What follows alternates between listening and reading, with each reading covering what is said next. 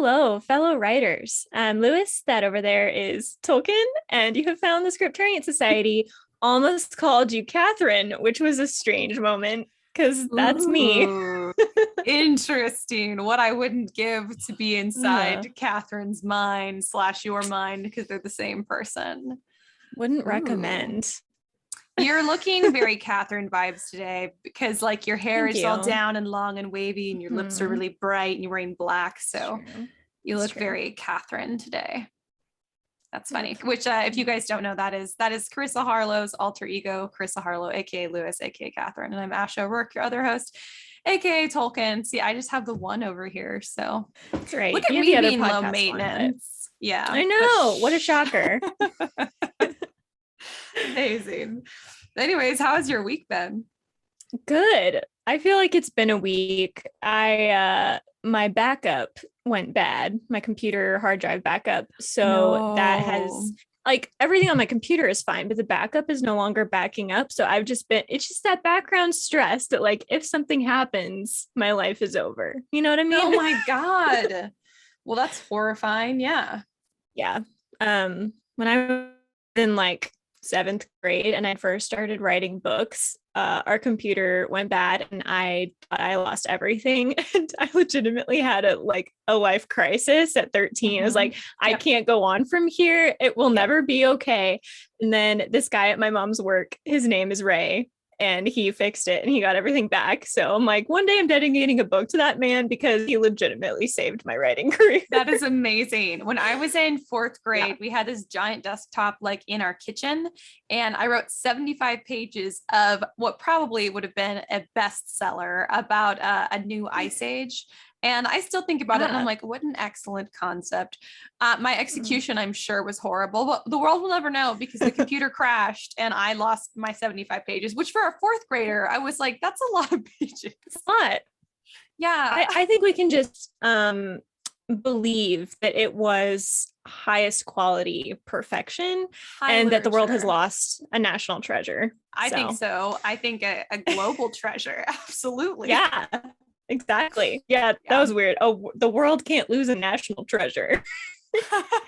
Anyway, either the country loses a national treasure or the world loses Loses a a global global treasure. treasure. Everyone is going to lose the Yeah, treasure closest to them when their hard drives crash. exactly. It's really the most personally important treasure. That's what was It lost. is. All of our podcast stuff, all of our recordings, our videos, our like sound bites, everything is stored on this external hard drive that I got because those files take up so much space. And so every time I unplug it from my Mhm. computer, my heart stops for a second because I'm like, what if I forget where I put it? Because that would be my move. And so I've traveled with it a couple times, and it is the most stressful thing in the world to travel with this hard drive because Mhm. I'm like, if I lose this or if they lose my bags, we are so screwed. Like, I don't even know where to Everything is begin. Like, over. everything is over. Yeah. It's awful. Yeah, it's And fun. I feel like people always think I'm being over dramatic, but if you're a writer, you understand. And if not, you don't, because it is legitimately everything I love in the world. Yeah.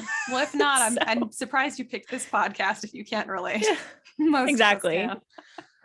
Although Oh, I that's will say, funny. I wonder how many of you are not writers because I follow this YouTube channel that are professional violinists, and I am not a violinist. And they just talk about how to play the violin. And I'm like, I am entertained. I find classical music through them. So I watch them all the time. So it's very possible that you're just a normal person that is entertained That by is other so people's interesting. hobbies. Well, shout out Yes. to actually another Catherine. We snatched her over on That Pretentious Book Club. Her name is Catherine. She is a dedicated listener who we love very dearly. And then she's Yeah. like shared the love over at the Scripturient Society, and she's not a writer, but now she listens to the Scripturient Society too. So we can always use Woohoo. another Catherine. So I love it. Always. But I guess Catherines are that's great. true because she listens all the time and she's Mhm. not a writer. So are we leaving people out with our like writer analogies? I know. Well, welcome, fellow writers, and welcome, fellow Catherines. Yeah. That's Fellow that's how it Catherines, goes. you're always welcome here. More welcome than the Yes. rest, honestly. The rest of y'all are like, Yeah. eh. We'll put up with you, but Catherines, that's where Yeah. it's at. Well, anything else in your week besides hard drive anxiety? No, that's been pretty much taking over. And everything else is writing update. So I'll wait till the end for that. Oh, okay, cool. Yeah. Here, I'll tell you about my week. Yeah. What about you? Yes. It is so hot. I know I've said that before, but it hasn't stopped. I keep thinking it's going to stop. This is like record like number of days with like insanely high heat. And today was one of the coolest days we've had so far. I went outside to do my chores before work this morning, and it breezy was a high 101. Yeah, well, it was like a breezy like 90 in the early morning. And I was like, oh my God, this is so refreshing. And then I looked, and the high today was 102. And my brain was like, wow, 102 is not that bad, because now I've been conditioned. We've been having between 104 and 106 days. But I looked at the like with humidity feels like this temperature. Today it was with humidity at 102, feels like 108. So I'm like, hang on, it was 108 the other day. What did it feel like then? Like, this is a literal nightmare. But I did somehow finish our nesting boxes for the chickens. So that's exciting. Yay. Hi, Mom. You can come in. That's mom my appearance. Mom. I told her she could come in. Mom, you can come in here. She's like, no, you don't want any part of that. Hi. For the peeler? She's going to cry if she has to peel the potatoes with a knife. No. 1 second. Oh, okay. I have to go show her where the peeler is. Cool. I'm going to try and not shove her in my underwear because I don't want to edit this video. I'll try to do something interesting. Wow.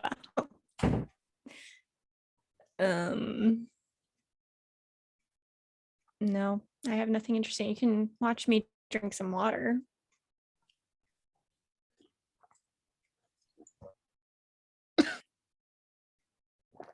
I'm fine.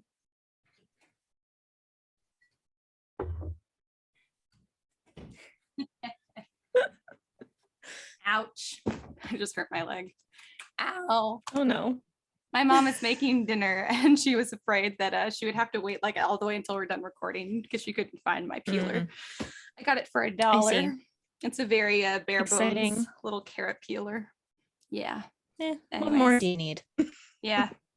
What was I saying? Nesting boxes. I finished building the nesting boxes for the chickens because next month they should start laying a little bit. And so we now officially have to have somewhere for them to lay. So we got like these old drawers. So funny. My family, they were like, hey, we've got these old drawers. Do you want them? And we thought like a chest of drawers, because what we were doing was we found an old like chest of drawers that the former owners left here. And we thought, this is perfect. We'll basically change around like the height or whatever, so we can like pull out the nesting boxes, like roll them out like a drawer to clean them out, which makes it a lot easier. Right. So then when my family was like, hey, we have some drawers, we were like, oh, cool. Just the drawers though. That's what showed up, was just drawers and nothing to put them in, which is hilarious. Wow. I was like, actually, why would you think you were getting the whole piece of furniture? They I have clearly no idea. stated drawers. Drawers. No, they said drawers.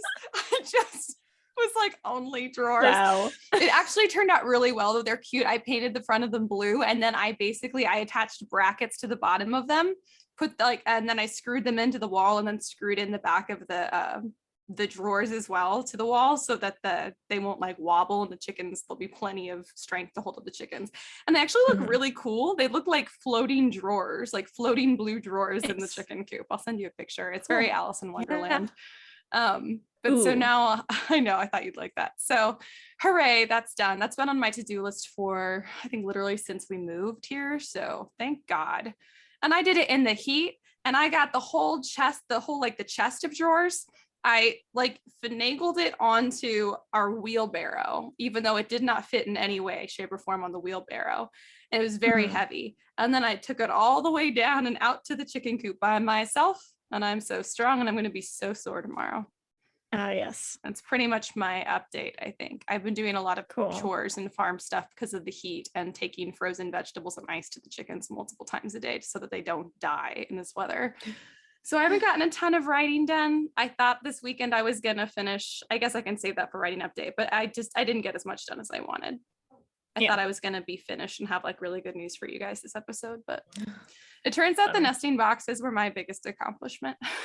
That's pretty cool. Now your chickens have places to lay eggs and have children. Yes, exactly. To have children. Oh, also it was like, oh, you'll so love this. Kind of. So I'm the Grim Reaper for chickens. Cool. This is apparently like you kill them. I don't kill them, but I'm always there when they die, and it's always just me, and I'm always the one who finds them. I have found all of the old chickens that lived on the property before we bought it, and they've just been like living, and we've been trying to like give them food and water, but we don't know where they go during the day. They're living their old geriatric chicken lives, and they've slowly one by one been like eaten off by predators or just like died of old age. And I'm always the one who finds them and has to dispose of the body every single time. Oh gosh. And this happened twice this week. Within 2 days, 2 of the old chickens died. I found both of them and had to take care of it. One of the new chicks died because she was sick, and I found her then and had to take care of that. And then one of our other flock mysteriously died. I have no idea how she died. There were no wounds. I genuinely am like, I don't think it was the heat either, because by then we'd already had hotter days. And so I have no idea. Anyway, so this was within like 2 days, we lost 4 chickens. And I was just like, and this before that, I think there were like 4 or 5 chickens total that have died since we got the property because of all of the old chickens and the predators and stuff, which happens. But every single time without fail, it's me. When we had the baby guinea birds, the guinea fowl, and then they were all sick when we got them, which we didn't know. And then they all died one by one. I was the one who found them every single time. So I am the Grim Reaper. It's so weird. Oh my gosh, you have a chicken serial killer. That's what's going on. It feels like it. I was honestly Is it one of the other chickens? It could be, because this is why I was thinking of it, because you said baby chickens and I was like, I don't know if we're gonna have baby chickens because mysteriously all of our boy chickens get killed off. Like the one that died mysteriously of our new flock. That's a very healthy, well kept flock. Like we know where they live and what they do and what they eat, so we can like control and keep them safer than the other ones. That one, the one that died was the one rooster that we ended up with. Wow. So now we're roosterless, which is I guess fine with me, but I'm like, which one of y'all did it? Like I feel like one of y'all did this, because they were like, no more own roosters. Yeah, own up to it. I won't be mad. I'm just disappointed. But yeah. Anyway, so just wish you told me so I could send him to a nice home instead of finding his body. Yes, exactly. And this is going to sound really callous, but we don't always bury them anymore because I cannot, first of all, in the 108-degree weather, I'm not going to go dig a deep enough hole that predators won't dig it back up to bury the chicken. And also they die so much, so often. I can't bury a chicken every square foot eventually would be dead chicken. Like I can't do, that's an exaggeration, but it'd be a lot of dead chickens all buried in the property. So anyways, I try to always dispose of them with some dignity because I feel awful. And so I try to wrap them up in like some tissue paper or something. And then I put them in a box, but then I put the box in the garbage bin. And I feel really bad about that, but I feel like I did as much as I could. And last week when we lost the 2 chickens, I was like, I wonder if they like the stuff goes to the dump and whoever works in the dump sees these chickens tumble out of the garbage and is like, oh my God, a ritual sacrifice. And like, I kind of had that thought last week and was like, that's kind of funny. This week, because of the heat, because so many dead chickens and the garbage doesn't get picked up till tonight. So I wheeled it out there now. I waited until the mail had come. I waited until everyone who's going to walk by our house has already probably walked by because it smells like dead bodies. It smells like death. And I'm like, I don't want someone being like, is there a dead body in that trash can? It's going to be like, kind of chicken dead bodies. Yes, but yeah, but no. And so I'm like worst case scenario, they think there's a human dead body in there. And I wouldn't blame them for thinking that, which is why I waited till hopefully no one will be out there to put the garbage out for pickup. But then Ash, that alone is suspicious. You're like, I swear it's a chicken. I had to wait until no one could see me to take the bag out. I know, they're suspicious. Well, this is what I'm saying too, is because I'm like, best case scenario, like they discovered that it's a bunch of dead chickens of varying size and levels of decomposition throughout this garbage bin. And then it looks like we're really into like consistent ritual chicken sacrifice. And I'm just like, either way, this looks really, really bad for us. And it's just, it was just a bad there's set no of win. circumstances. And I would be the one who would go down for all the chicken murders because I'm the one who always finds them. Always. It's so suspicious. It's like, if this happened with real people and I was finding like dead bodies, I would be in jail. I would be straight in jail. And when the jury's like, because she's been there so many times, that she must have been the murderer, I'd be like, honestly, I can't argue with your logic. I would think the same thing. It's not me. This is just horrible luck, but I can see why you would think that. You're wrong, but fair call. Yeah, I'm like, you're wrong, but the logic stands. And anyways, so that also, the nesting boxes was a great success. And in the other sense, I guess I'm really coming into my own as the chicken Grim Reaper, which is a huge Someone's got to bummer. be. I guess someone's got to be the chicken Grim Reaper. Why couldn't it have been Javi? Congratulations. Honestly, I was thinking about it, and Javi and my mom are both a lot like more soft-hearted towards the chickens than I am. And I love the chickens, but like they're much more like, I feel like it would really crush them to be the ones who had to find the dead chicken bodies. And I think I'm a little bit more just like practical. I've seen a lot of dead chickens in my time. Like when you live on a farm, that's what happens. Like, and I'm also just like, well, they lived the best life they could. It's not our fault. We did our best. We're just going to take care of this and move on. And I feel like they would both be like, but it was really sad, and just like get really stuck in the moment. So maybe it's a blessing that I'm the one that finds them. I guess I'd rather I find them than them because I don't want them to be sad. But I feel like that makes me sound really callous, that I'm like, I'm the person who is not bothered by chicken death. I am bothered, but not like I'm not going to let it bum me out for the rest of the day, just for like an hour or two. Yeah, I feel like that's fair. generous. That's fine. They don't remember me. I start to get attached to chickens, and then they do something stupid, and I'm like, I forgot how low the bar is for their intelligence and what they understand and remember. Yeah. They're not smart. Like, and I love that about the bar them. is on the floor. The bar is the floor. Yeah. And I love chickens, and they're delightful, and I don't want them to get hurt or eaten or sick, but they don't have any idea what's happening at any given time. And I love them for that. Their lives are so simple, but they're so funny. I've been giving the chickens frozen vegetables every day for a week, and they still, when I enter with the plastic bag, run to the other side of the coop like they don't know what it is, and then flock to the frozen vegetables on the ground. So I'm like, you could just come up here, just stay here, and the frozen vegetables will come to you.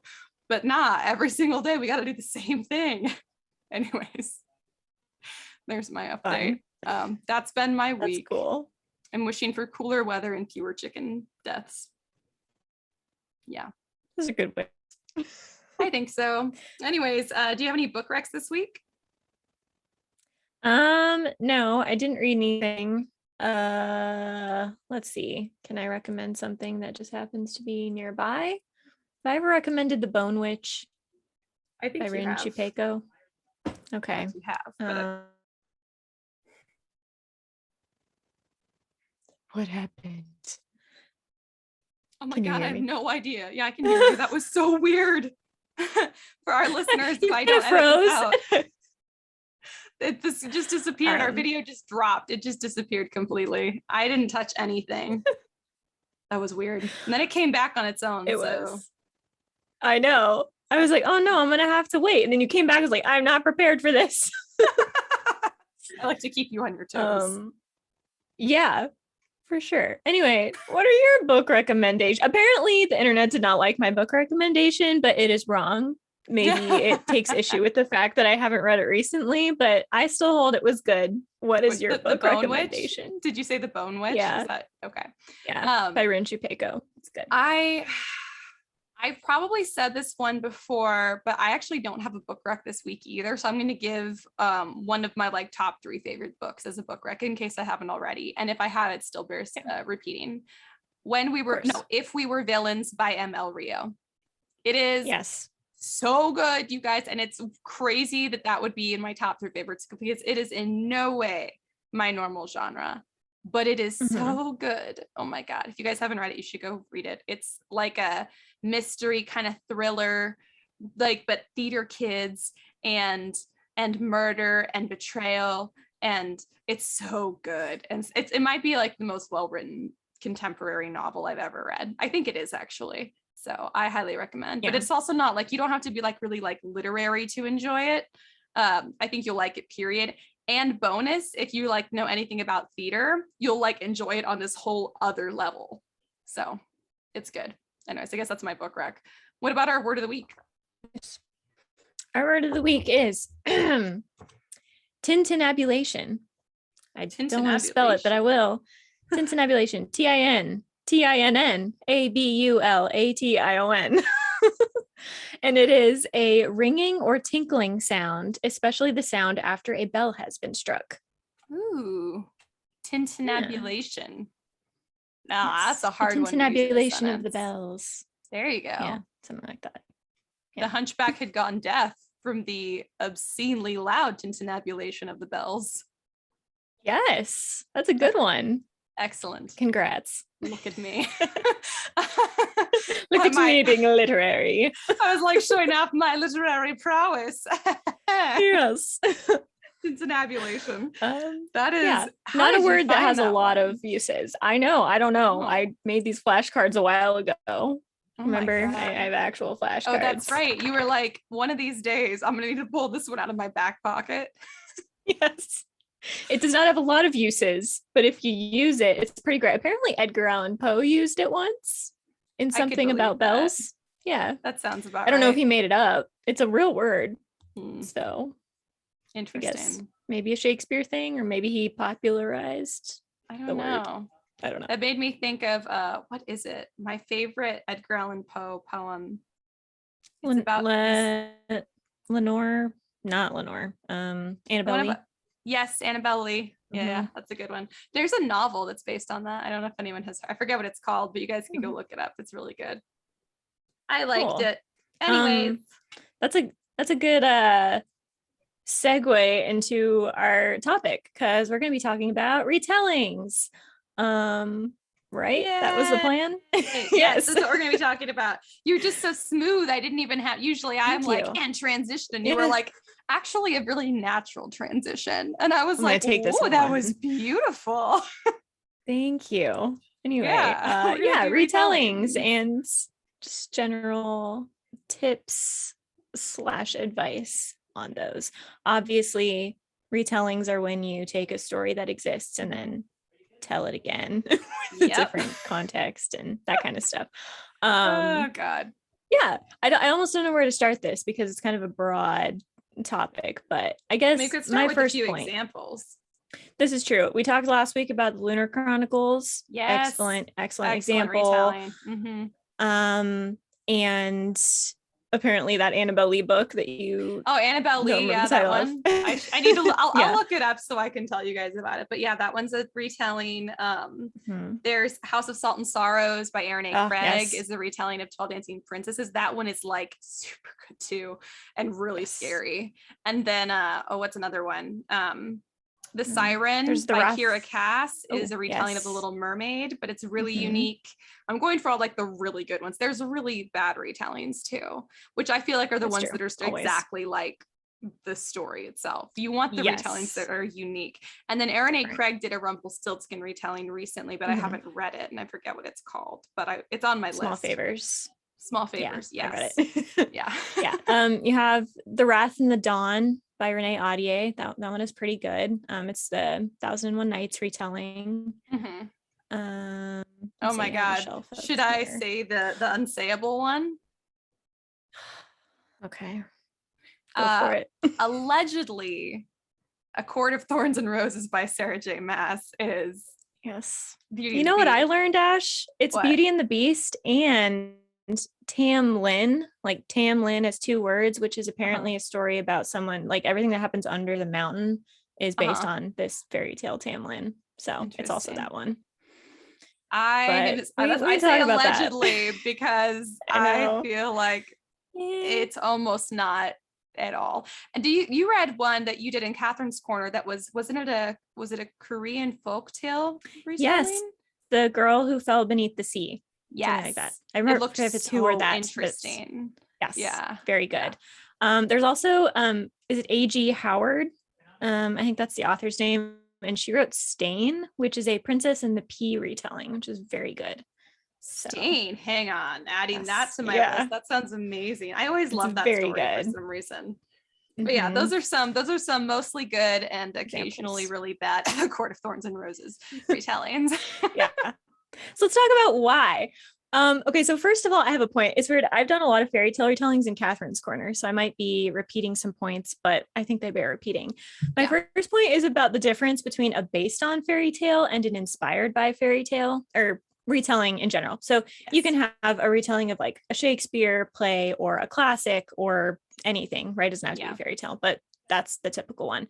So a based on story is where you mimic the plot, but you change up certain details, you change up how the plot is fulfilled, and you can change the characters. And inspired by is where you take details and then you put them into a completely different plot. That's kind of how I separate them in my head. Yeah. So that's a good example. I think just to take the same author and two good examples, Marissa Meyer with Lunar Chronicles is based on, and Heartless is inspired by. So a lot of Alice in Wonderland retellings are really inspired by, because they don't really follow the plot of the original book very well, because there isn't like a significant plot there. It's like episodic events.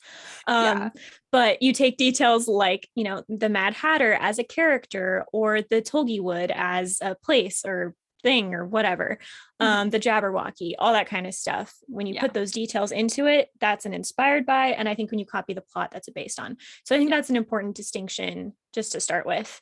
And I think it's important, if you're going to do retelling, that you know which one you're going for, because if you're doing a based on and you miss plot points, I think that's what leads to it being unsatisfactory for readers. Yes. But if it's an inspired by, it can work. And I think that's what happened with ACOTAR. Do you agree? Too. I definitely agree. And that was shocking too. I do have to just quickly clarify. I really love Sarah J. Maas. I loved Throne of Glass. That was one of my favorite YA books I'd read in a long time. So it's not any hate to Sarah J. Maas. I just am shocked and confused and don't like the way that she did an inspired by a retelling of Beauty and the Beast and apparently Tamlin. It was so, even for an inspired by, it went so far off track, off the rails of what I would consider a retelling. I wish people hadn't said that it was at all. That would have been that would have made it a little better, like not a lot better, because I feel like there were craft issues there, which was very confusing, because Throne of Glass did not have those issues. But exactly, so strange. That's a totally different topic. But I think when you do a based on, you want to copy those plot elements, and when you have an inspired by, you don't need to copy them. But with either one, you want to be taking kind of the original theme and purpose of like the original work, and you want to echo it in some way. And I think the problem with ACOTAR too is that there really wasn't a Beauty and the Beast theme. It was just that's exactly what it is. And then especially if you read the next one in the series, even if there had been any of that theme, it completely washed it away, which is just I mean, across the board, if you're going to do any level of retelling, your primary theme should be the same as the primary theme from the original story. You can have other sub themes that are different that you use to even illustrate like different areas, like break down that big theme even farther, which is really interesting. And that's what I love about retellings. But you still have to have primarily the same big theme, and you don't want to have your characters do or believe or the plot do something that completely violates the theme. So like an example with the Beauty and the Beast thing, and I'm going to kind of spoil a little bit of one of the short stories in The Witcher, and the TV show kind of goes into it, but it's very small spoiler.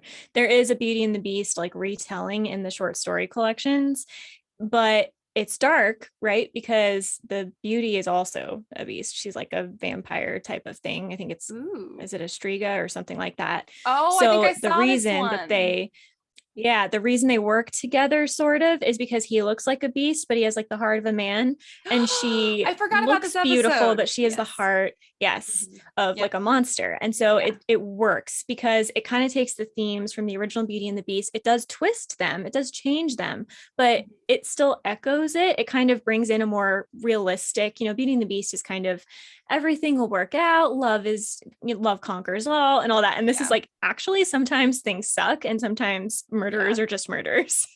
And so there's that kind of twisting of the original theme that comes into it. And I think something like that works better.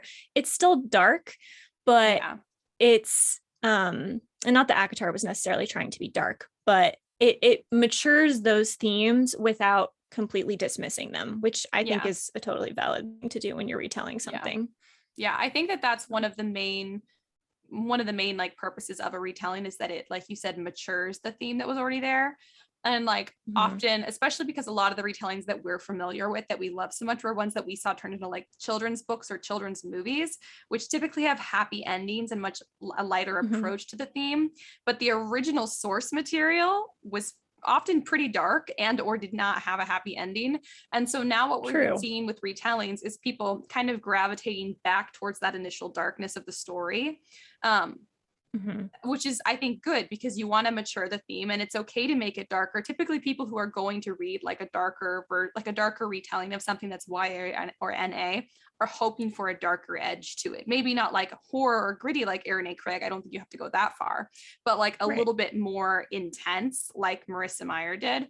And on a side note, I feel like if you're doing a based on retelling, I think it's really great if you can make your characters' names at least relate somewhat to the character initially, which again, in ACOTAR, that didn't happen. It wasn't like Belle or another word for Belle or a word for beautiful or anything that you could have traced back to the initial character.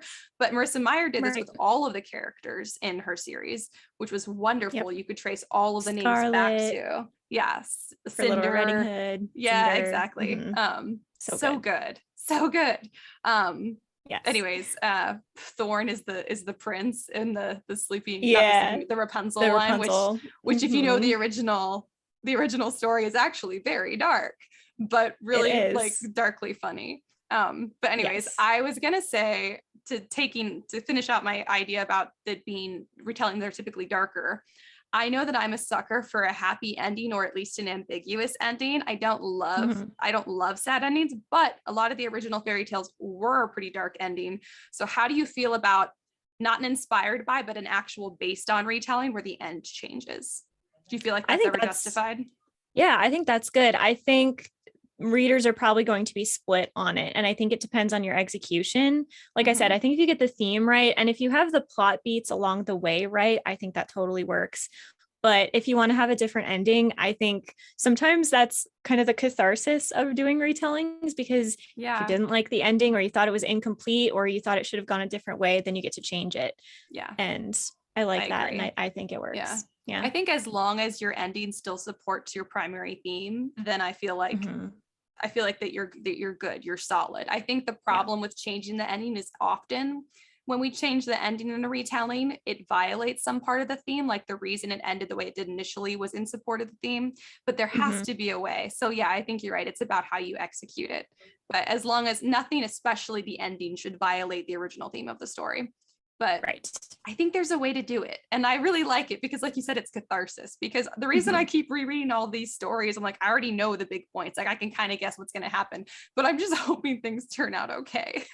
Yeah. Like I just want everything to work out. I want a happy ending.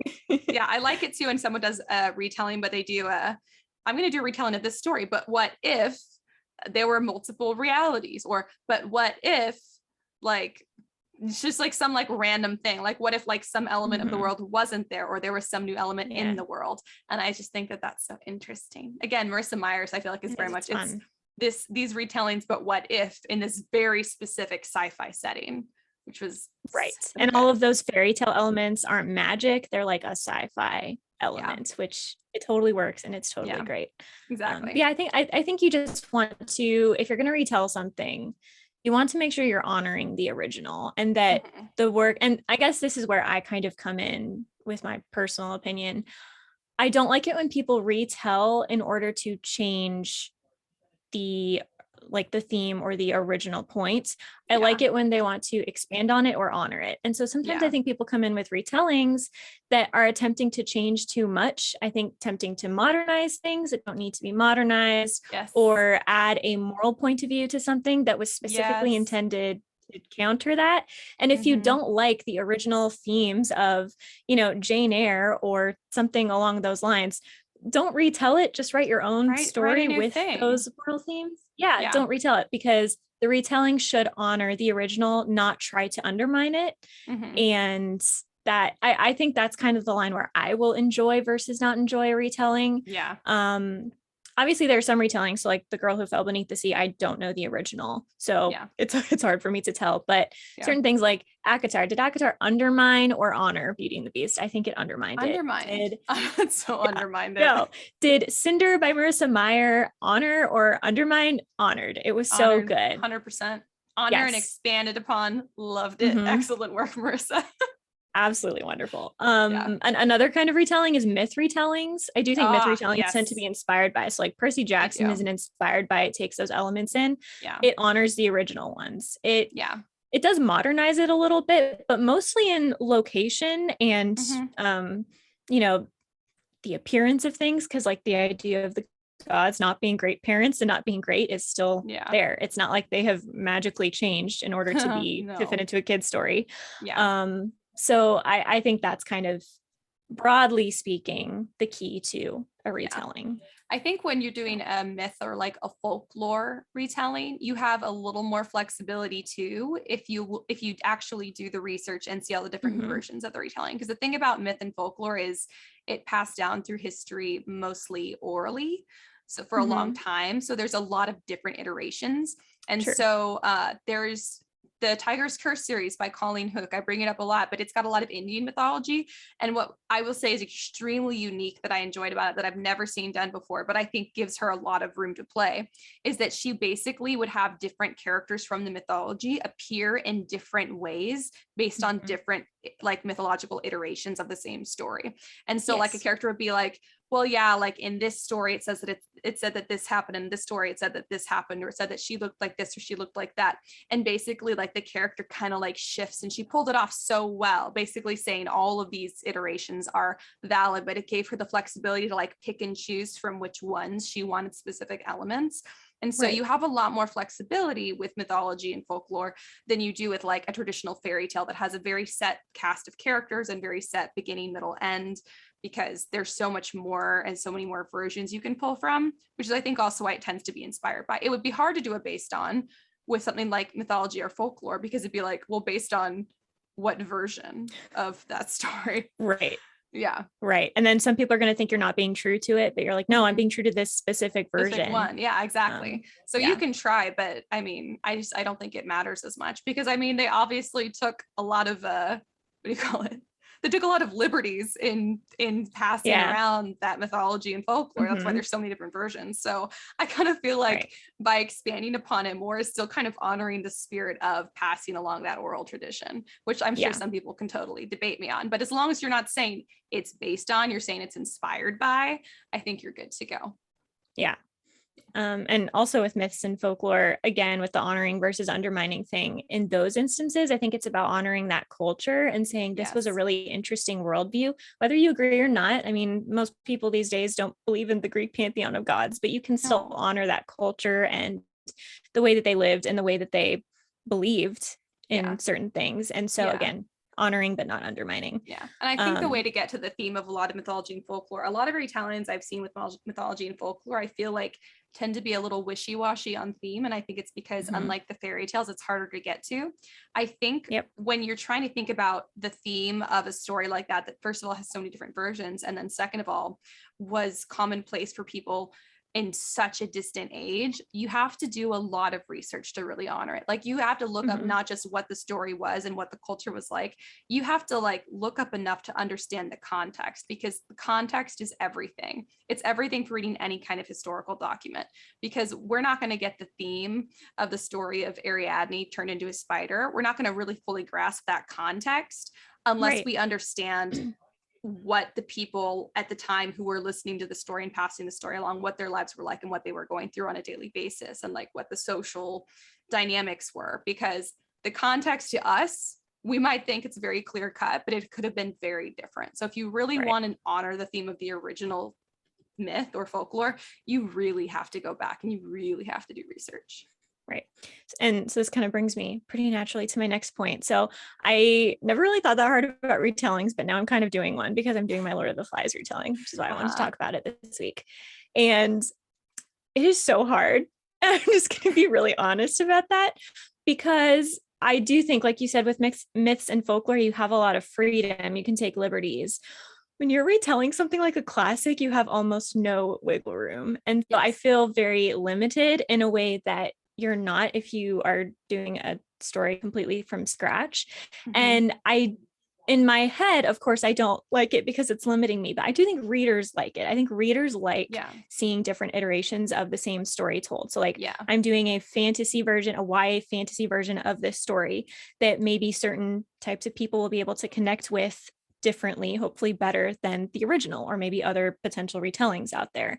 And that's a good thing. But the readers are seeing the finished product and I'm not. And so it's just hard for me to grasp, like, because it's so, the line between where am I retelling versus where am I plagiarizing and copying is really hard, because I'm openly acknowledging it's a retelling. I know this, but it also feels like I'm plagiarizing sometimes. Like there are certain lines that I'm like, I want to include this, but is it plagiarism to redo a line? Is it plagiarism to have a certain plot point the same? I don't think so, because plot points are, I'm going to say universal. No, because plagiarism is when you take something and you don't give credit. Like you're allowed to do like direct quotes and stuff, even as long as you credit the source. So I think you're safe. I think you're fine. So. Yeah. I hope so. Cause there are certain lines, like there's this one line that I just really liked. They're talking about flowers in the original, and they said they took possession of the island because their smell was so like pungent and overwhelming. And I'm like, gosh, that's such a good line. And not to give too much away, but I have like a magical sort of hallucinogenic flower. And I'm like, that would be a great way to describe it. So I do, but I don't want to plagiarize. And so I just feel like as a writer, it's a totally different experience to retell something, particularly when you're trying a based on. I think inspired by can be a little easier because you have freedom with plot and character, but with based on, you are specifically attempting to copy the plot points. And it's just, you have a little bit of wiggle room. Like I'm adding certain events, and there are little events I'm not including, but generally speaking, it's the same story. So it can just be difficult to say, like, for it to feel unique, like, is this something people would care about? Is this something worth telling if it's just the same story over again? But again, you're taking, hopefully, this is what I'm trying to do, taking the themes and maturing them or putting them in a different context. I think Lord of the Flies has a lot of really universal themes. And so just putting them in a more modern context to show, hey, this is universal. This wasn't just an issue back in the 1900s. Is kind of what I'm trying to do. But then also maybe make it a little more exciting on like a magical level. So I don't know, I'm just kind of ranting because it's just been hard, and it's been a weird experience.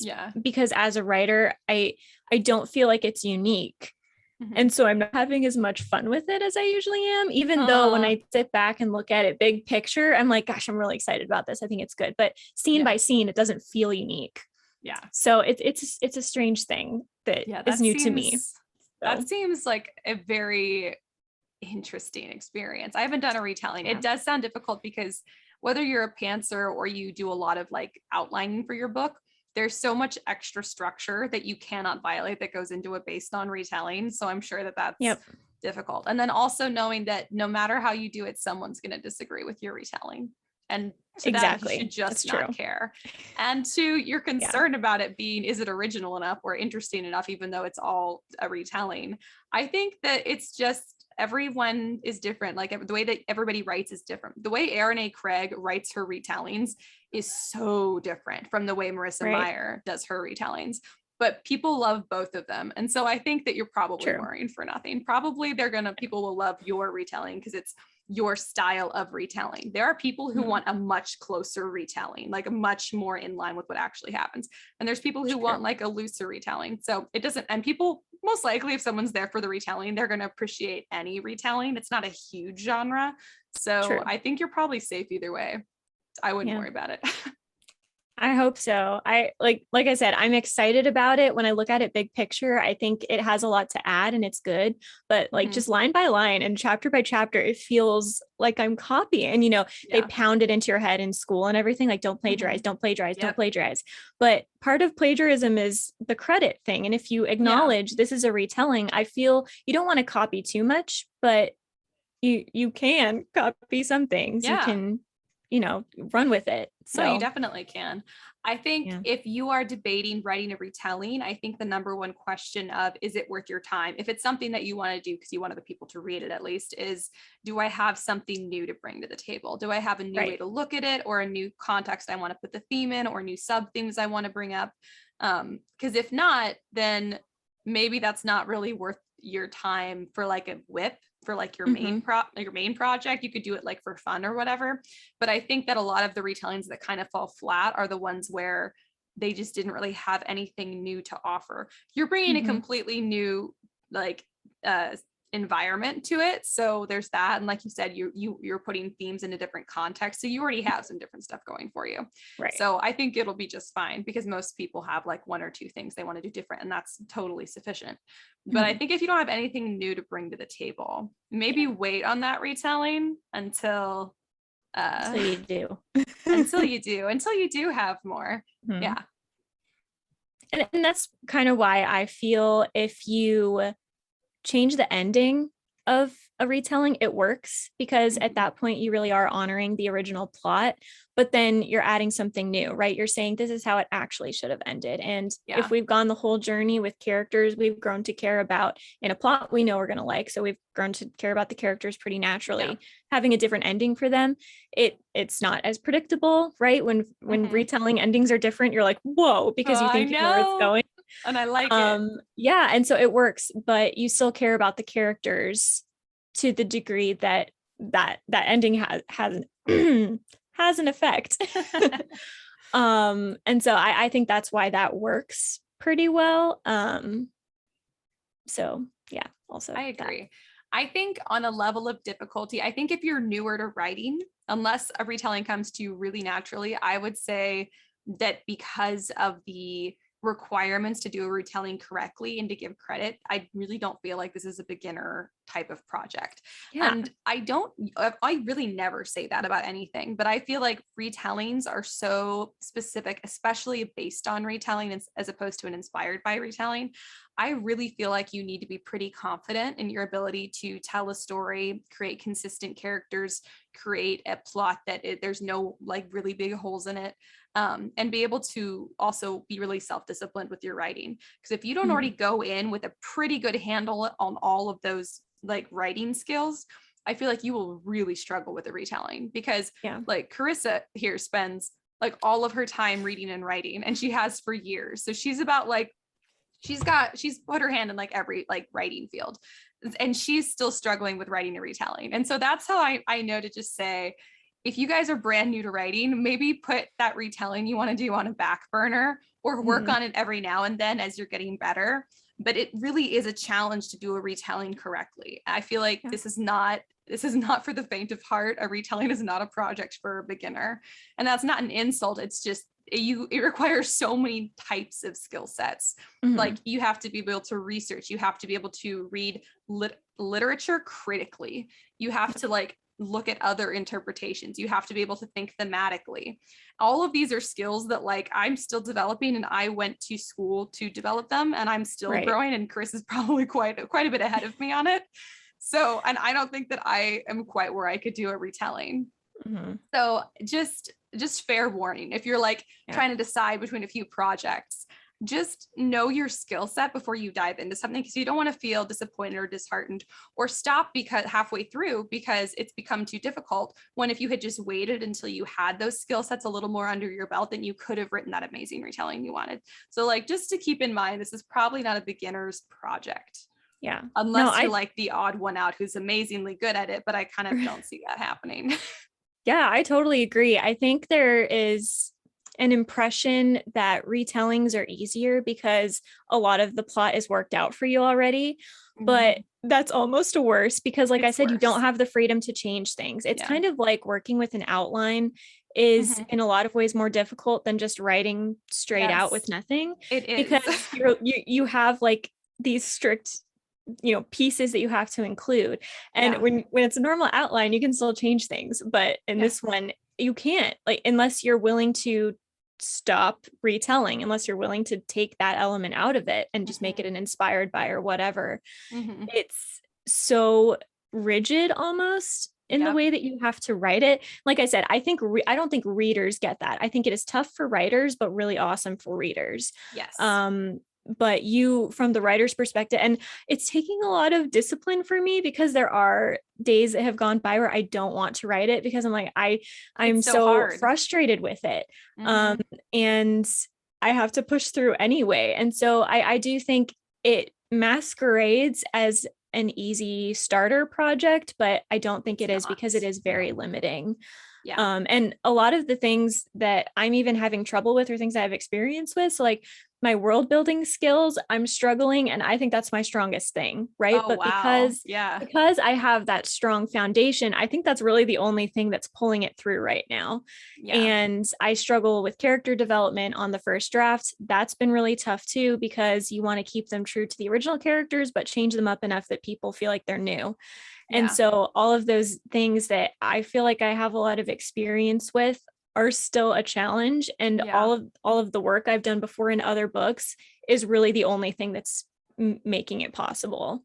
Yeah. So yeah, I mean, there are certain types of retellings you could do, like myths and folklore. The inspired by stuff could be maybe an easier project. But Yeah. again, you have to do a lot of research for that and make sure you're honoring Yeah. things. Yeah. So it wouldn't be, it could be her first book out, like Marissa Meyer, her first published book Yeah. was Cinder, Yeah. but I don't know if that was her first book she ever wrote. I would doubt I'd it. be very, very surprised. Yeah. And if so, she's Very amazing. surprised. So you can't be her. Yeah. She's a prodigy. That's not happening Yeah. again. That's insane. Yeah. Yeah. Um, so yeah, it's something to think about. It seems easy because you feel like, oh, I won't have to do as much work, but actually you have to do even more work because you have less freedom to work with. Yeah. And worth it, but not a beginner project. Yeah. The one exception you might have a little more success as a beginner is if there's like one particular story you're going to retell that you know backwards and forwards in Mhm. every iteration, and it's your life's obsession, and it's Yes. all over your walls and all over your computer. And if this, and you've got every version of the book ever written and every version of the movie ever adapted, if Right. if that's your level, and that's not an exaggeration, if you are not that level of obsessed with a retelling, I think Right. as a beginner you would really struggle. Now if that's you and you're newer to writing, but that's you for some particular story, maybe you will have more success. It Right. is still really difficult because of, like Karissa said, like the structure. Mhm. The structure makes it still very, very challenging, but you might be able to pull it off if you're newer to writing, if that's the case. But even then, it sounds extremely difficult. Yeah. And I don't And think you want to pick a project that's going to burn you out because it's just so hard. true, especially not for a first project, because then you Yeah. might think, oh, I don't like writing, but it's actually just because it's a retelling. It's just because you picked the hardest type of Yeah. book to write. Exactly. You want to Yeah. encourage yourself when you're starting out. So pick the Yeah. easier thing. It's okay to do Yeah. that. Lean into your strengths. Yeah. It's probably And not retelling it's true. because it isn't for anyone. If you are obsessed with a book on that level that you want to retell it as a first project, I think one of the reasons it can be difficult, and one of the things you want to keep in mind, is that hopefully you've read the book a lot of times. And at that level, when you've read it a lot of times, or you learn how to read really critically, Mm-hmm. you have to be able to piece together what it is people liked about the original. And that can be Yeah. really hard to pin down, particularly because there are a lot of reasons. But Yes. one book that has a lot of retellings out there is Pride and Prejudice. There are movie Mhm. versions, there are Yep. relationships in books based off of it. Doesn't follow the plot, but as characters, you have specific Pride and Prejudice retellings. Pride and Prejudice and Zombies is the one that comes to mind most immediately. Yeah. And you have to be able to know what it is about that original that worked. And I think that's how Pride Yeah. and Prejudice retellings work or don't work. Are Yeah. you, and I haven't read Pride and Prejudice enough to know, so I don't actually have an answer to this on I this could particular tell book. you. Yeah, Ash could tell because you. because I'm very obsessed with it. Exactly. So And because yeah. you have looked into it and learned, what is it that people like Yeah. about this? What did I like about this? What do other people like about this? What Yeah. can I copy or, Mhm. bring over into my version in my unique Yeah. way that will still honor and satisfy the things that people Yeah. will expect? When you say Pride and Prejudice retelling, maybe different people have a different perception of what that's going to be. You Yeah. want to be And able I to honor also at least the still big wouldn't do ones. it. Like Right? Yeah. I Fair. love Pride and Prejudice. I've read it so many times. I've watched the movie Mhm. so many times. I have a whole board dedicated to it. I'm obsessed with Pride and Prejudice. And I still don't feel like I could do a retelling at this point.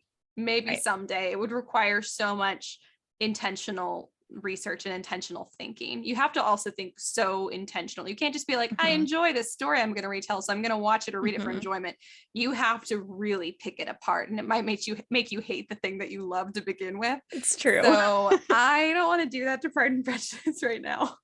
Yeah, I feel like too for you, you probably love Pride and Prejudice so much. You're like, there's nothing I could add to this. It is already Yeah, good. I feel like there's nothing I have to add. So that's the other thing. If there was something I felt like that I could add to the story to make it better, then maybe I would. But I don't feel like there is anything right now that's come to mind. And then even if I did have one and I wanted to work on it, like it would just be so hard. And it would also be it would totally change the way I think about the story, because as much as I think I know it now, the level that you know it when you're working on a retelling is completely different. And I love my current relationship with Pride and Prejudice. I don't want to change my relationship with the story. I don't want to be like the all-knowing expert who every single detail, every single line, every single theme and sub-theme. But you have to know that stuff to do a retelling well, to do a based on retelling well. And I don't want to do that because I like the way I know it now. So yeah, exactly. And like my favorite classic is Alice in Wonderland. And I have considered doing some kind of a story, but I can't. It will ruin it for me. I will go, I mean, I might one day, but I have no intention of doing it as of now. But Lord of the Flies, classic I love, classic I really enjoy, but classic I'm almost willing to ruin if it comes down to that, because I can handle it. It's not my absolute favorite. It's top, but it's not the absolute favorite. So that's also something to take into consideration. And also, I think this is, I don't know if I want to call it a problem, but the sheer number of like Cinderella retellings and Little Red Riding Hood, and just so many Little Red Riding Hood retellings. So many. How common is the story you want to retell? Because one of the reasons I feel really confident in this Lord of the Flies issue is that I don't know of any Lord of the Flies retellings. And so I feel like I have a lot of space to work within that limited structure I already talked about. But if there's already been 1,000 retellings of Cinderella is probably the most commonly retold. I don't know the numbers on that, but I would bet money that that's the most common retelling. I don't know. I would bet money on Red Riding Hood. Maybe, but I'll bet you $1. I'll bet you $1. All right. Someone find the answer for us. Somebody find the answer. Yes, I say Cinderella. Ash says Little Red Riding Hood, but for most common retelling. Yeah, and of the more right, the more versions there are, the less likely yours is going to be unique, and that is also something you need to take into account. You also need to take into account the fact that obviously people really like Cinderella and Little Red Riding Hood retellings, and so there is a market for that. But there's kind of this balance of how popular is it and how much might I not have to add versus how sellable is it and how marketable is that story. Yeah, that's if you're writing because you want to sell it to an audience. Like again, if you're just doing this for fun, like a lot of the rules don't really apply. You can do whatever you want. But yeah, if you intend, you ever want to be able to sell it or market it, you do have to keep that in mind. Something like a classic, like that everyone knows the name of, but not everyone has read, I feel like is a really good choice for retelling, because it's popular enough. We all recognize it, but it's not so popular that we have, a Cinderella or Red Riding Hood level of interpretations already out there. I would, Beauty and the Beast, actually, I wonder if that could be up there. I might want to change my answer. Because I was following the Lunar Chronicles, because I also want to point out, I think Marissa Meyer did those amazingly. They feel so unique and so different. There was okay, I'm gonna spoil Cinder like a little bit. I don't even know how much of a spoiler it is because it's based on Cinderella, and she is the lost princess, right? Yeah. I didn't see it coming, and I knew it was a Cinderella retelling when I read the first time. I'm like, gosh, I wonder who this last princess is. And then of course at the end it's like it's Cinder. I'm like, oh my gosh, I should have totally seen that coming, I was shocked but I didn't. too. Well, in the original fairy tale, I don't think she's a lost princess, is she? She's a princess, like she becomes a princess. Yeah, So she becomes a princess, yeah. And I just feel like there were hints about that. And because it was 100%. just different enough, but still in line with the original fairy tale. The same thing slapped me in the face the first time I read it. I was like, what? I watched a booktuber talk about it. She's like, of course, I knew she was the lost princess. I'm like, you did? I did not see that coming at all. And then just the way that that Scarlet, the Little Red Riding Hood retelling goes, and Cress, it's just different enough that it feels new. And I don't think anyone has come close to doing the 4 fairy tales that she picked as well as she did, because I agree. She made them so unique, and then she interwove them, which is also really cool. And you can take fairy tales and combine them. Yeah, I feel like that's usually done in a so much bad way. Exactly. And I think that's part of my issue with ACOTAR too, that it was really 2 fairy tales kind of trying to mash together, and I just don't think the themes they didn't cohabitate well. Is that the right word? I don't know. But I mean, I think Cinderella, Cinderella, Red Riding Hood, Rapunzel, and Snow White. Those have themes that are similar and can build on each other. And so I think that's why they worked, even though they were really popular retellings. I mean, Cinderella has been told a million times, even before Cinder came out. Cinderella, I think I could do an inspired by. Because it's been done so many times. So I'm so very familiar with the basic elements. True. I don't think I could do it based on, because I don't know the original material enough to do it. And like you said, it's already been done so much, but I think I could do an inspired by.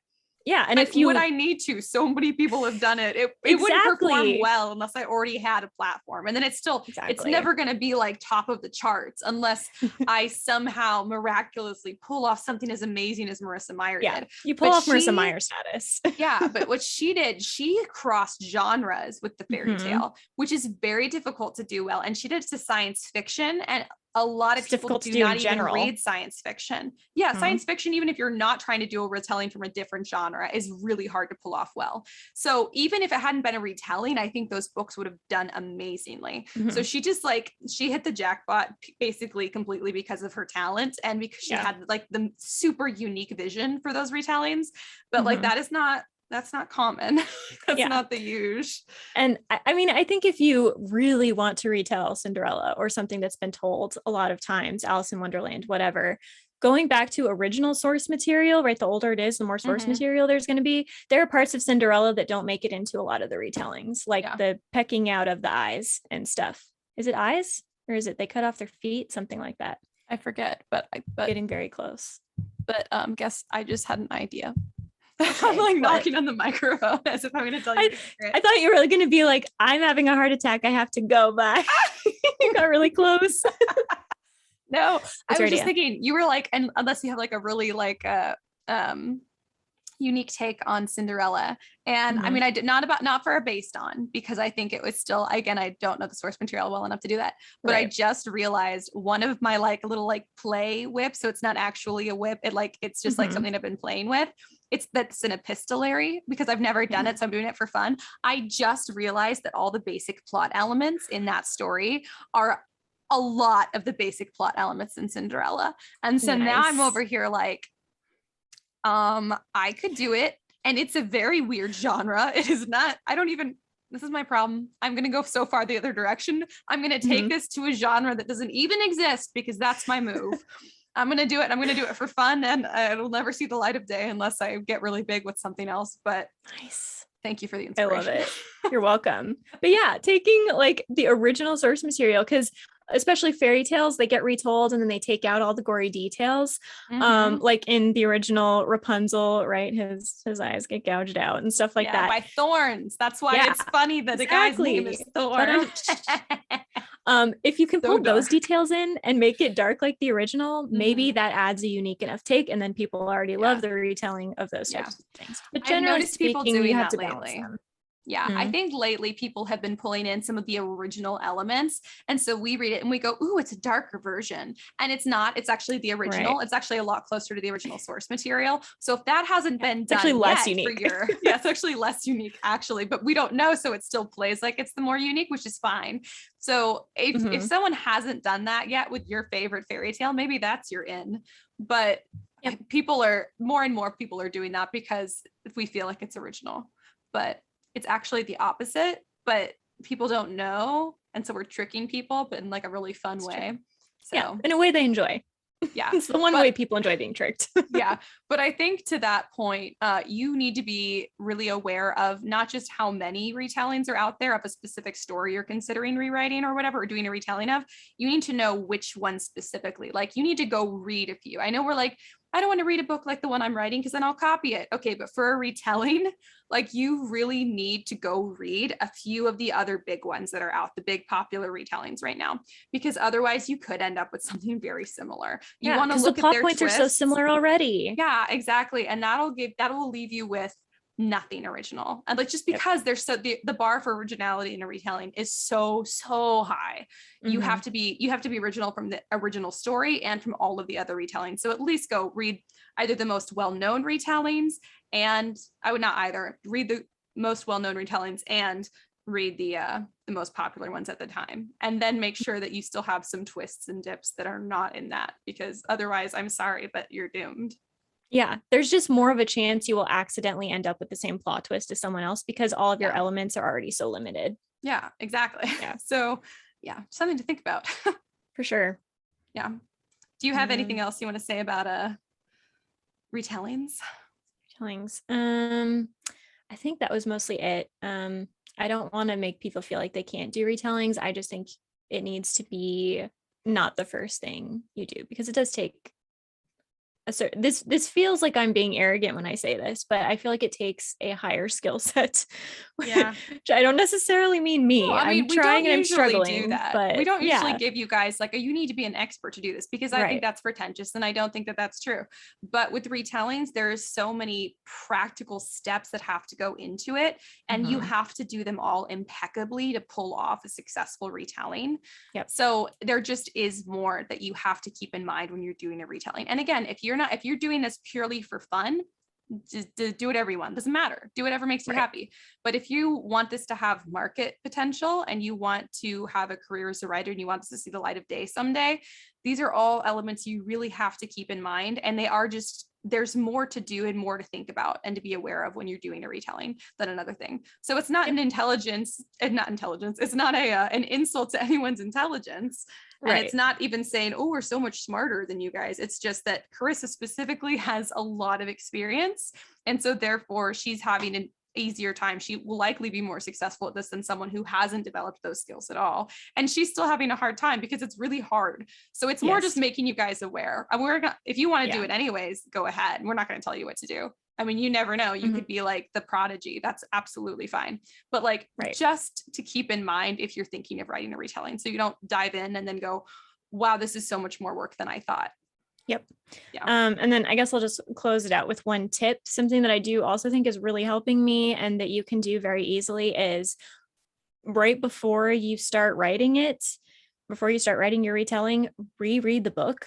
And as you go through chapter by chapter, just kind of sum up what happened in that chapter and then think about how that's going to translate to your world, right? So when you already have your characters in mind, you already have your plot and world building and all of that kind of in mind, then go and reread it and then kind of write out both what happens in the chapter, write it out, and then write out what you think you're going to do for yours. I made a rough outline out of that, and it's just making it so much easier because though I'm adding things, I'm adding them still in the same structure that exists in the real book.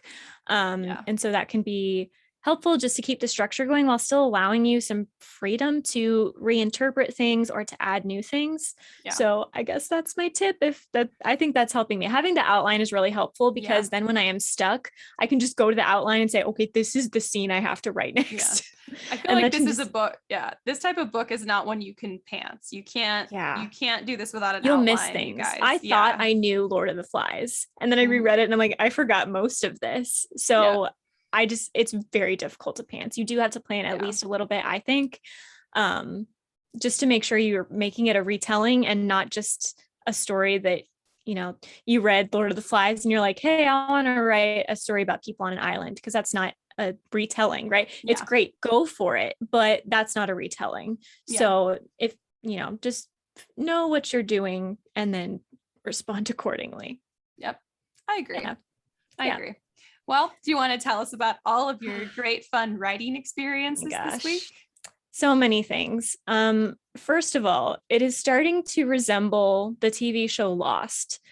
Was Lost based on Lord of the Flies? I don't think so. Again, it's a people stranded on an island, but that's about where the similarities stop. Although, have you heard of Yellow Jackets, the show? No.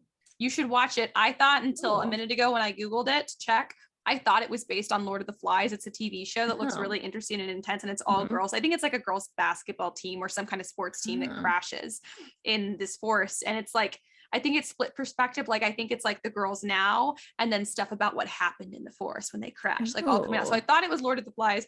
I just looked it up. Apparently it was not influenced by Lord of the Flies. It was influenced by the real life 1972 flight disaster over the Andes Mountains, which inspired the 1993 movie Alive and 2009's The Donner Party. So, okay. That's a lot. Yes. So that's actually what it's based on. If you guys have been thinking about Yellow Jackets the whole time, like I have been, but you might enjoy it because I thought it felt very Lord of the Flies, but see, okay. Anyways. So like the biggest issue I'm having, and something that I don't know if Lost had this problem, but I think TV shows can get away with stuff that books can't, because a lot of it is visual as opposed to written down. I'm really struggling with the details of how one would survive on a deserted island, because they crash in a plane, and I'm just not sure how believable it is that people survive plane crashes like that. So sometimes. There's that. I know they do, but it's just strange. And then what are they eating? And like, is it really realistic that, I mean, they're not 10 in my story, but how realistic is it that a 10, 11-year-old caught and killed a pig and then ate it? And just little detail. And like, I talked to Ash about this already. There's a volcano on the island. I'm adding a volcano, and I know apparently nothing about volcanoes. I know a lot about volcanoes now because I spent about 2 to 3 hours researching them, because I forgot that Ash is literally married to a geologist. Literally married a geologist. She's all, I wish I had an expert to talk to. I was like, I married an expert. Oh my God. She told me. And she's like, nah, I already know everything now.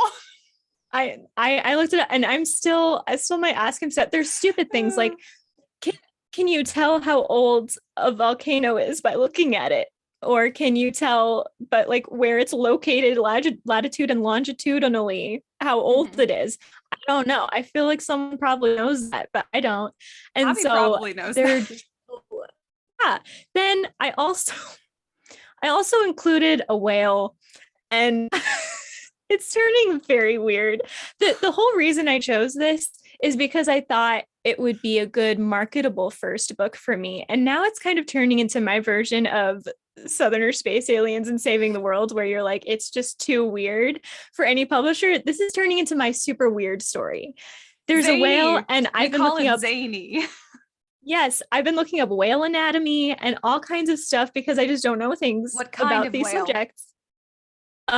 Mostly blue whales, but then I went down the dark hole of the internet, and now I'm just terrified that the megalodon is real, and I don't like the deep sea. And so I'm studying I'm looking at pictures of the ocean, and I'm like, I am terrified now. And it's turning into a humpback whales are my favorite. It's on my phone case. I really love humpback whales. They're cute. Whales are enormous though, and they kind of scare me. They're so gentle. Now the megalodon is another story. That is true. But it's just, I'm scared of the ocean, and then I'm doing all this research, and it's turning very weird, but I love it. And I'm still really excited about it. Yeah. Stay true. Okay, if that's how you feel, then I don't think you need to worry about being original and yet keeping to the source material. I mean, it's true. It's just turning very strange. And so I feel like my whole reason for choosing this project next was that it would be marketable, and I don't know if that's going to be a thing, although maybe it is. It's almost becoming a horror story, which I mean, Lord of the Flies is kind of horrifying. That's Yeah. part of the point, but Makes a lot of sense, actually. yeah, and so it works, but then it's also like strange horror things, and it's also, this is also difficulty. I'm just going to keep going.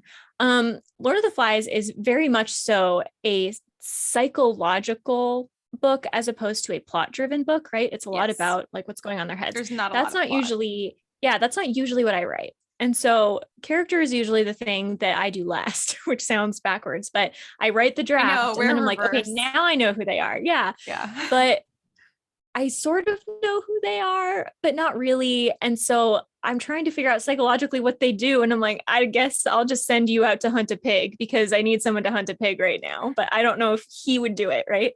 So it's just it's supposed to be psychologically driven. But what I'm essentially doing is I'm taking all the psychological elements and I'm turning them into actual magical phenomenon. So it's more like concrete. So yes. It's just very strange, and it's been very difficult for me to balance. I want it to be realistic that these kids would survive on an island and that these are the choices a real group of people would make, but then add in the magical stuff. Yeah. So it's been hard. I have like 40,000 words, which is pretty good. That is good. And I think I'm a little over halfway. So yeah. And I think I'm definitely gonna like the end a lot more. I don't think I'm gonna be able to cut a lot from the beginning because I like how it is echoing the original, and it is very kind of setting up their character and the psychological things that are about to happen. But yeah, it's just been a strange experience. I'm not having fun, but when I take a step back, I'm like, this was great, but I can't pinpoint why. You know what I mean? So it's just weird. Fun. I'm not having fun, but I love it. So I don't know what that means. I cannot wait to read this. This sounds so good. So difficult for you, but so enjoyable for me when I get to read it. Exactly. This is what I'm saying. I think retellings are kind of, they suck for writers, but are really fun for readers. That's my new perspective. Tell me if you guys agree. But yeah, it is a single-edged sword. It is not a double-edged sword. Yeah, exactly. Yeah, that's funny. What is happening? I feel like there's like elephants stampeding my house, and I think it's just the dog on the patio. Oh, there's no one in there with you. No. Right? No. Like I don't see anyone. No, there's not. And did you have writing updates? You said you didn't do as much as you wanted. I didn't do as much as I wanted. Okay. But this is why it's so hard for me, because I'm so like results motivated. Like I'm very goal oriented. And so I was like, for the first time in a very long time, I had an entire day when my mom was gone all day and Hobby was away. And so I was like, I have an entire day. I bet you I can rewrite the last 100 pages of this book because it's a rewrite. And then nope, I could not do it. I actually still have about 100 pages to rewrite, but I worked on it all day. But what happened was I figured out where, they say when you get writer's block, you have to go back and it's because something else is wrong earlier in the book. I figured out what I had done wrong earlier in the book. And I literally just nullified the need for like 3 of these other chapters, which is great because it means A, I don't have to rewrite those chapters, and B, I was over my desired word count. So now I can cut those. Oh, it also means that an entire day that I spent writing in a new chapter that I thought that I needed, I don't need now. So that's frustrating. Yeah. But without spending that entire day, I wouldn't have made all the changes I needed to get to the point where I now I can see the finish line. Now I can very clearly see how I'm going to end the book. Whereas before it was kind of like, and the book kind of ends. And it was kind of like, do we buy it that it would end that way or not? Who cares? Is it logical? Now it's like, yes, it is logical. And it means I do have to rewrite pretty thoroughly, but it doesn't mean I have to rewrite as much. So it was a lot of progress, but my like goal-oriented brain is like, but you didn't finish rewriting the last 100 pages. Right. And then also that's the last I've worked on it since this weekend because I've been really busy like nesting boxes and trying to keep animals alive in the heat. So not great, but and I'm probably not gonna be able to write tonight or tomorrow because tonight I have editing and tomorrow I have recording. So maybe Friday I'll get to write some. Also, my work has become very challenging. So I've been working through my lunch break, and I used to take like my lunch break and do a little bit of writing here and there. And my boss just told me today that a project that was going to be due at the end of the year is now due in 3 weeks. And so I was like, Oh boy. plus I have a bunch of other stuff that's already on my schedule to do. And so I was like, wow, this is going to be scary. And so now Love I'm this. like, yeah, so I'm working through lunch breaks and so then also by the time I get to the end of the day, I'm like wiped out because I haven't taken a break all day. I'm trying to get everything done. So Right. my little bit of excuse, but also a little bit valid. Hopefully I'll get back to writing on Friday. I feel like I haven't gotten to write as much as I've wanted, but every time that I've sat down and really worked on writing something, I have fixed a really big problem in the book. So it's important progress. It's just not a lot of progress at once. So that's where I'm at. I feel that my goal has been to kind of do about 5,000 words a day, which has been a struggle for some reason. I mean, that's kind of a lot, but it's not a ton for me. Yeah. But I'll write a bunch of words and I'm like, great, that had to have been like 2,000 words. And it's like, this was 400 words. I'm like, ugh. You're like, how? Because I'm also really possible? struggling with I'm struggling with the transitions and the time jumps. And so I feel like a lot of time has passed, but really it was just one sentence. And it took me a really long time to write that one sentence. Yeah. So sometimes word count, I am learning, is not really the best indicator of how much progress you've made. And I know a lot of people use it, but I went back one day, and I added in something and then I took it out, but I ended up keeping like 2 or 3 of the instances that I had added. And I'm like, I feel totally productive. That was such a good use of time. It took like 2 hours and it wasn't a lot of work. It didn't up my word count particularly, but it felt good because it made it easier to move on to the next scene and it clarified something and it felt like work. And so word count is not always the best indicator or pages or getting to the end or anything like that. Yeah, I honestly think like the last 20 hours total that I've spent on my book, my word count has stayed the same because at the beginning of the writing session, I'll write a bunch. And then at the end, I'll cut a bunch of other stuff that I don't need anymore. So I end up with the same place I started for like the last 20 hours of working on this. It has been pretty much the same. And I'm like, ooh, look, I cut a lot. And every time I think it's going to be different. And then I get ready to log off for the day and I look at the word count and I'm like, it's exactly what I started at. How is this happening? Yep. Yeah, but it's not. It's because word count does not equal progress. But until you get to the very end, which is when if I haven't cut enough, then I'm going to have to cut more because I don't want it to be that long. But yeah, I mean, word count feels like a really quantifiable progress. And so like, in a sense, it is progress. If like your goal is to do 5,000 words, then you get there. But the words have to be good. They can't just be nonsense. I mean, they can be nonsense words, but you'd have to cut those eventually. So how much progress are you really making? Because I feel like I've started measuring it by scene. So like once I get this scene done and then the scene done, it feels like a better way to measure it because 100%. Scenes are bite-sized, but also actual progress. Yes, so I totally agree. And every time that I put down my writing, I always make sure that I have finished out the scene I was working on and then written a few lines about the next scene so that I can just jump back in a lot easier. But I totally agree. The real progress is, did you finish a scene? Yep. Yeah. I agree. Writing is like, it's so fun, but also it's like putting yourself through like physical torture. It's wild. It's so true. And mental torture. I've been sleeping very well at night, which is not usual for me, which means I'm exhausting myself mentally, which is good, I guess. Oh, that's funny. I'm exhausting myself physically and then not sleeping well at all. Oh. But my brain is like, it's the worst of both worlds. I think my brain is tired.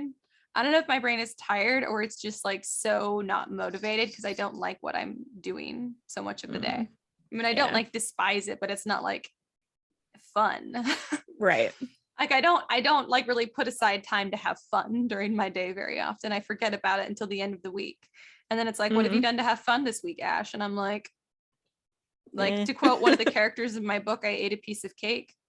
That's something one of my characters says when someone asks if she's ever had any fun. And I'm like, that was a little bit too real. Oh no. I know, right? There, I wrote this line. This is going to make me sound really terrible, but I'm going to share it anyway. There's this one character that is basically Catherine if she was not homicidal, right? So she's me, but different. Yeah. So she has this line and it's just like her internal thoughts. It's in a chapter from her point of view. And she says something kind of like, she had difficulty understanding what was common sense and what was a pretentious assumption. And so she has difficulty communicating with people because of this. I'm like, that that came out of me, and I was like, huh, that's pretty much my life, because I spend a lot of time thinking things are common knowledge, and then having people tell me, oh my gosh, why are you talking about this? No one knows that. And then I try to dumb myself down, but then I go too dumb and they're like, why don't you know this? So it was very real for me. That is so funny. That I love happens. it. I love when those moments come out in a book and you're like, oh wait, that was me. Oh, that was me. Yep. That wasn't the character. That was just Came me. from deep inside. Came from deep. I love it. That's why writing is so wonderful. Yes. It's like therapy. It's like, but so much more fun, but also so much more painful at the same time. Yeah. It's like if someone was judging all your like this transcripts from your therapy sessions. It's like you were speaking because you know someone is going to judge it later, but you still have to be honest. But at least you can hide behind the mask of fiction. You can be like, yeah, this is totally not me. Yeah, and people are like, suspect, but we'll go with it. Oh God, can't technically disagree, but yeah. Well, do you have anything else you want to say about your writing progress? No, I'm hoping to be done like relatively soon. I know it's kind of fast, but I don't think it needs to be more than 60. I know. I don't think it needs to be more than 60, 70,000 words. So I'm at least halfway done, I think. Yeah. I think that's and I'm trying to copy it mostly in structure. Yeah. I think it's better if you're doing it based on retelling to be closer to the original like length, because that's what we liked and expected about it. At least that's what I liked about it as literature, is because I liked that it was the length that it was. Yeah. Is that it? Yeah, I think so. Okay. Well, if you guys want to keep up with us, during the week, you certainly can. Just follow us on social media. We're on TikTok and Instagram. We are the Scripturient Society. TikTok is funny videos for writers. Instagram is like tips and tricks and stuff for writers to keep them motivated throughout the week. All of this wonderful content comes from Karissa, aka Catherine, aka Lewis. So much applause to her. We love her very much. Thank you. If you guys want to support the pod, you can do that. You can go to Patreon and you can look up Story Siren Studio. That's our production company, and you can support us there if you want. Again, and also if you want to talk about writing or anything, or you have writing questions, or you want to suggest a topic for us to talk about on the pod, you can do that there. Just put in a comment. You actually don't even have to pay anything to put in a comment. So go for it. Or you can buy our merch off StorySirenStudio.com. You don't have to subscribe or anything. We've got some cool stuff. We've got some inside jokes. We've got just some cool TSS merch going on. So go check it out. I think there's a discount code too. If you order over $50, you get free shipping, which is kind of cool. Nice. But yeah, and if you guys want to learn more about the pod, you can do that there as well. If you guys want to contact us, like we said, with episode topic ideas, or just to talk about what you're working on in your writing, if you have something you're struggling with, you just want to chat. If you want to tell us that we know nothing about retellings, that's absolutely fine. Go for it. You can message us on social media, or you can email us at contact@StorySirenStudio.com. I think that's everything we've got for you guys this week. So we'll see you next week. And until then, keep writing. And we'll see you on the next page.